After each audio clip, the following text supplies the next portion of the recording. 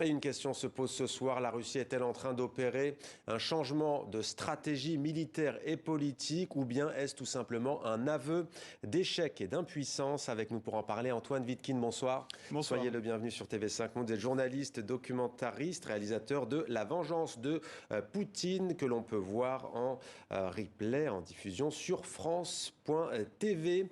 On va commencer, si vous le voulez bien, par un état des lieux donc, de ces négociations qui se sont tenues aujourd'hui à Istanbul, en Turquie. On se retrouve juste après. 4 heures de discussion entre délégations ukrainiennes et russes et pour la première fois, selon le médiateur turc, des avancées. Les progrès les plus importants depuis le début des pourparlers ont été réalisés aujourd'hui. Au cœur de ces négociations figure la question de la neutralité et du statut non nucléaire de l'Ukraine. La Russie exige notamment que Kiev renonce à toute adhésion à l'OTAN. Les Ukrainiens se disent prêts à des concessions, mais veulent au préalable des garanties. Nous voulons un mécanisme international de garantie de sécurité où les pays garants agiront d'une manière similaire à l'article numéro 5 de l'OTAN. L'article en question prévoit que les membres de l'Alliance Atlantique répliquent en cas d'agression contre l'un des leurs. Une façon pour Kiev de se prémunir contre de futures offensives russes. En contrepartie, l'Ukraine consent toutefois à exclure de ce mécanisme la Crimée, annexée par la Russie, ainsi que le Donbass, sous contrôle de séparatistes pro-russes. Pour Moscou, ces propositions pourraient paver la voie à une éventuelle rencontre entre les deux dirigeants, une option jusqu'ici rejetée par le Kremlin. Nous nous sommes mis d'accord. Une rencontre entre les chefs d'État est possible, à condition d'effectuer un travail rapide sur l'accord et de trouver des compromis nécessaires. Alors la possibilité de conclure la paix se rapprochera.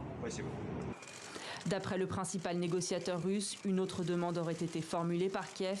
L'Ukraine souhaite que la Russie ne s'oppose pas à son éventuelle adhésion à l'Union européenne. Toujours pas de réaction ce soir d'un certain Vladimir Poutine. Antoine Vitkine, est-ce un échec pour le président russe? C'est une question très compliquée. On a même du mal à savoir quels étaient au départ ses buts de guerre, mais on commence à peu près à les deviner. Et pour les résumer, c'était la négation de l'État ukrainien. Donc, effectivement, il y a ce qui, quand même, relève d'un semi-échec militaire pour le moment. Alors là aussi, c'est compliqué de savoir quelles sont les cartes dans son jeu. On peut imaginer une réorganisation plus tard, de nouvelles offensives. Enfin, on est encore en état de guerre, donc compliqué de siffler la fin de la guerre. Mais en tout cas, il y a à ce stade un échec militaire, il faut dire les choses telles qu'elles sont, par rapport à ce qui était vraisemblablement, mais là on commence à avoir un certain nombre d'informations, ses plans au départ. Donc maintenant on est à une autre phase qui a toujours eu lieu, il y a toujours eu des discussions, qui est pour Poutine d'ailleurs traditionnellement une autre manière de faire la guerre. La négociation est une manière également de parvenir à ses objectifs. C'était des objectifs au départ, donc je l'ai dit, assez maximalistes. L'Ukraine, l'absorption de l'Ukraine, ça a été dit par lui quasiment en ces termes, il parlait de fusion. C'est d'ailleurs dans le documentaire que vous avez cité. D'ailleurs, on est à ce moment-là au mois de février, en pleine pandémie, et vous dites qu'à ce moment-là, peut-être qu'on n'a pas assez entendu, peut-être à cause de la pandémie, Vladimir Poutine. Que dit-il exactement dans ce discours, février 2021 Février 2020, il dit quelque chose d'intéressant de ce point de vue-là, c'est qu'il parle non pas de repousser l'OTAN, enfin de toutes ces choses-là, il explique qu'il faut fusionner, il faudrait à son avis fusionner la Russie et l'Ukraine, y compris si les Ukrainiens ne le veulent pas, répond-il à la personne qui lui pose la question. Et il explique que certains s'y opposent, donc avec cette logique un peu paranoïaque, parce que ça constituerait un rival global pour l'Occident. Mais donc ça, c'était son but de départ. Donc la négociation par rapport à ce but maximaliste, le fait qu'il y ait ces négociations-là en ces termes, moi je le vois comme un échec par rapport à ses objectifs, un échec clair et net. Lui, vous voulez dire que s'il avait pu entrer dans Kiev, il l'aurait fait? Ah oui, c'est ce qu'il a voulu faire, très clairement. Il a envoyé d'ailleurs des troupes aéroportées dès le premier jour qui essayaient de rentrer dans Kiev. Donc il a essayé, Donc... Non mais vous qui connaissez le personnage, en tous les cas, qui avait réalisé ce documentaire sur Vladimir Poutine, si tel est le cas, pour lui, c'est quoi? Il le vit comment? Comme une humiliation? Ça veut dire qu'il va encore vouloir, puisque c'est le titre de votre documentaire, La vengeance de Poutine, ça veut dire qu'il prépare déjà la revanche? Je sais pas. J'arrive pas à savoir maintenant à la fois ce qu'il y a dans sa tête, comment il gouverne encore.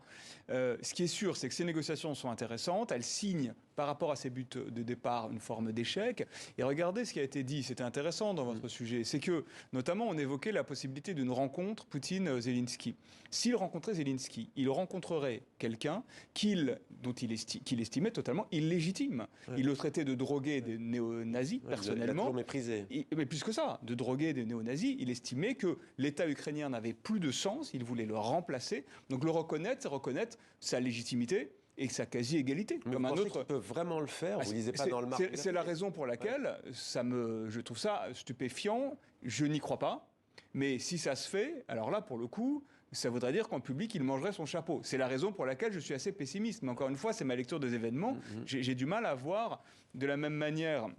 C'était évoqué la garantie de sécurité que les Ukrainiens, à juste titre, demandent, et 2 fois plutôt qu'une, dans la mesure où ils ont été agressés.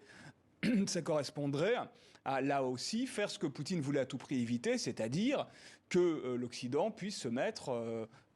alors auparavant, lui pensait à l'OTAN, mais que l'Occident puisse être en position d'avoir à défendre l'Ukraine contre une agression. Ou alors il se voit, lui, comme le garant de la sécurité de l'Ukraine, ce qui ne serait pas acceptable pour l'Ukraine. Il le serait aussi, s'il y avait un accord. Encore une fois, chose qui me paraît pour le moment nébuleuse, lointaine, mais encore une fois, je ne suis pas dans les négociations. On est dans la prospection. On est dans la prospection, il y a des gens qui discutent depuis des semaines, mais...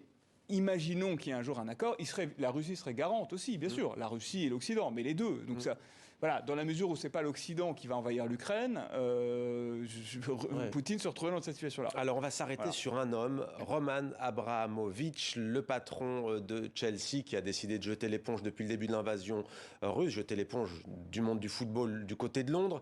Cet homme, depuis 24 heures, il est l'objet d'une polémique. A-t-il, oui ou non, été empoisonné, ou en tout cas l'objet d'une tentative d'empoisonnement? C'est ce que croit savoir le Wall Street Journal, qui parle de symptômes. On va voir ce qu'il en est. Pourquoi? Parce que cet homme, vous l'avez vu sur les images, il est présent aux négociations à Istanbul, en Turquie. Luna Gepadoan nous en dit plus. Aéroport de Tel Aviv, le 14 mars 2022. Sur ces clichés, Roman Abramovich apparaît affaibli. Quelques jours plus tôt, l'oligarque russe qui tente de jouer les médiateurs entre Moscou et Kiev était en négociation dans la capitale ukrainienne. C'est là qu'il aurait potentiellement été empoisonné, selon le Wall Street Journal. Dans les heures qui suivent la réunion, le président du Chelsea FC, réputé proche de Vladimir Poutine, développe en effet des symptômes particuliers. Yeux rouges, larmoyants, mains et visages qui pèlent. Le site d'investigation Bellingcat précise que 2 autres négociateurs sont également touchés. Bellingcat peut confirmer que 3 membres de la délégation participant aux pourparlers de paix entre l'Ukraine et la Russie dans la nuit du 3 au 4 mars 2022 ont présenté des symptômes compatibles avec un empoisonnement aux armes chimiques. L'une des victimes était l'entrepreneur russe Roman Abramovich. Si les experts occidentaux n'ont pas encore pu déterminer la cause de ces symptômes, cette affaire rappelle des cas célèbres d'empoisonnement attribués au Kremlin. Dernier en date, celui de l'opposant russe Alexeï Navalny, victime d'un agent neurotoxique en août 2020. Avant lui, en 2006, c'est l'espion russe Alexandre Litvinenko qui succombait à du polonium. Autre cas, celui du président ukrainien Viktor Yushchenko, empoisonné au dioxyde en 2004. Alors qu'ont débuté ce mardi des pourparlers entre la Russie et l'Ukraine à Istanbul, le ministre des Affaires étrangères ukrainien appelle donc à la plus grande vigilance. Je conseille à tous ceux qui vont négocier avec la Fédération de Russie de ne rien manger, ni boire, et de préférence éviter de toucher toute surface. Selon un enquêteur au Wall Street Journal, il s'agirait là d'un avertissement, l'intention réelle de tuer ayant été écartée. Sont soupçonnés les partisans d'une ligne dure à Moscou, dont l'objectif serait de saboter les pourparlers visant à mettre fin à la guerre en Ukraine. Voilà pour les faits, ce que l'on sait sur cette affaire. Quelle lecture faites-vous de ces éléments ? Votre sujet a rappelé, il faut le faire, tous ces précédents. Ça renvoie à une chose, c'est que ce régime, et avec à sa tête Vladimir Poutine, est un régime de voyous et de criminels qui sont prêts à tout, tout le temps. Ils n'ont pas de règles, ils sont prêts à tout le temps. Les négociations sont pour eux notre moyen de faire la guerre. Nous, on essaye, la négociation, de trouver des accords, de trouver des compromis dans l'intérêt des 2 parties. Pour Poutine, depuis le départ, négocier, c'est essayer de vaincre l'autre par un autre moyen. On ne peut pas le vaincre par la force. Justement, parce que dans votre documentaire, il y a un extrait qui est assez édifiant et éloquent, si l'on peut dire. On le regarde.